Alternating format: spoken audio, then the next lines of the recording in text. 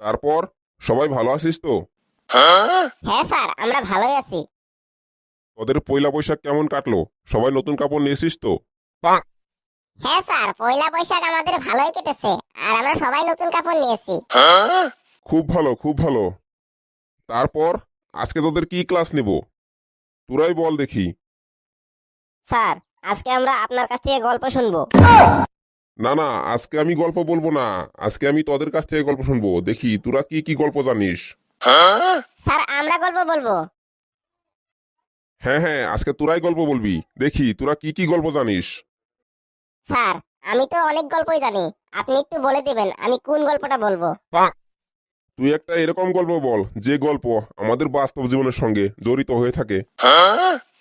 Sir, বাস্তব জীবনের সঙ্গে জড়িত গল্প, এরকম গল্প আমার একটা মনে পড়ে গেল, তাহলে ওটাই বলছি স্যার। হ্যাঁ হ্যাঁ, তাড়াতাড়ি বল দেখি, বল বল। স্যার, নারায়ণপুর নামের একটি গ্রাম ছিল। আর ওই গ্রামে একজন জমিদার বসবাস করতেন। ওই জমিদারে ভিখারিদের রোজ কিছু না কিছু দান করে থাকতো। আর ওই ভিখারিরা দান নেওয়ার পর জমিদারের নামে জয়ধ্বনি দিত, যা শুনে জমিদারের মনে খুব আনন্দ পেত। ওই ভিখারিদের মধ্যে দুজন ভিখারির নাম ছিল জগাই আর মাদাই। তারা দুইজন প্রতিদিনই একসঙ্গে ভিক্ষা নিতে আসতো, তাই জমিদারে তাদেরকে ভালো করে চিনতো। ভিক্ষা নেওয়ার পর জগাই বলতো, জমিদার মশাই আপনি মহান। আর ভিক্ষা নেওয়ার পর মাদাই উপরের দিকে হাত তুলে বলতো, হে ভগবান আপনি মহান। তারপর কি হলো? তারপর মাদার মুখে জমিদারের জয়ধ্বনি না শুনে জমিদারের রাগ হতো। তারপর ওই জমিদার মশাই মাদাইকে শিক্ষা দেওয়ার জন্য তিনি মনে মনে একটি পরিকল্পনা করলেন। পরের দিন তিনি যে পথ দিয়ে যাতায়াত করেন ওই পথের মধ্যে একটি কলসি মোহর রেখে আসলেন। পরের দিন তিনি দান দেওয়ার পর জগাইকে বললেন তিনি যে রাস্তা দিয়ে যাতায়াত করেন সেই রাস্তা দিয়ে যেতে। আর মাদাইকে কিছুক্ষণ পর যেতে বললেন। জগাই এটা ভেবে খুব খুশি হলো যে জমিদার মশাই যে রাস্তা দিয়ে যাতায়াত করেন সেই রাস্তা দিয়ে তাকে যেতে বলছে। তাই সে চোখ বন্ধ করেই ওই রাস্তা দিয়ে যেতে লাগলো।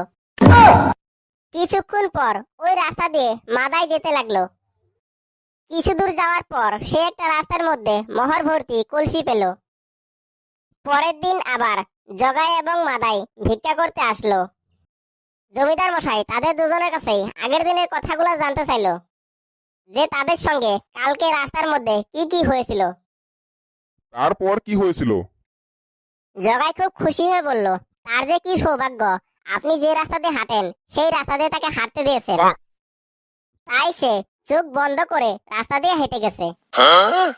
আর মাদাই বলল, সে খুব ভাগ্যবান ছিল, সে রাস্তা দিয়ে যেতে যেতে একটি কলসি মোহর পেয়েছে। মাদাই উপরের দিকে হাত তুলে বলতো, হে ভগবান আপনি মহান। পরের দিন জমিদার মশাই জগাইকে একটি কাঁঠাল দান করলো, যার মধ্যে সোনার মুদ্রা ছিল।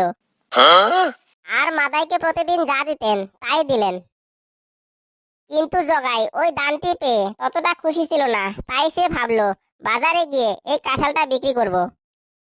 আর মাদাই বাড়ি যাওয়ার সময় ভাবলো বাড়িতে কোনো খাওয়ার বস্তু নেই, তাই সে বাজারে গিয়ে একটি কাঁঠাল কিনে নিয়ে গেল। মাদাই বাড়ি গিয়ে কাঁঠালটা কেটে দেখলো তার ভিতরে অনেক সোনার মুদ্রা আছে। তাই সোনার মুদ্রা পেয়ে মাদাই খুব ধনী হয়ে গেল। পরের দিন জগাই আবার জমিদারের কাছে ভিক্ষা করতে গেলেন। জগাইকে একা দেখে জমিদার মশাই অবাক হলেন। জমিদার মশাই জগাইকে মাদার কথা জিজ্ঞাসা করলেন। জগাই আগের দিনের কথা সব জমিদার মশাইকে বলল, যে একটি কাঁঠাল থেকে কিভাবে অনেক সোনার মুদ্রা পেয়েছে। তাই মাদাই এখন খুব ধনী হয়ে গেছে, আর ভিক্ষা করার কোনো প্রয়োজন নেই। তারপর জমিদার মশাই সব বুঝতে পারলেন এবং তার ভুল ভেঙে গেল।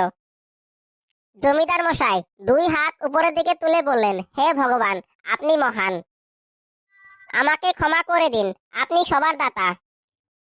এই গল্পটির থেকে আমরা কি শিখতে পারলাম? আমরা এই গল্পটির থেকে এটাই শিখতে পারলাম যে ভগবান না চাইলে কিছুই হয় না।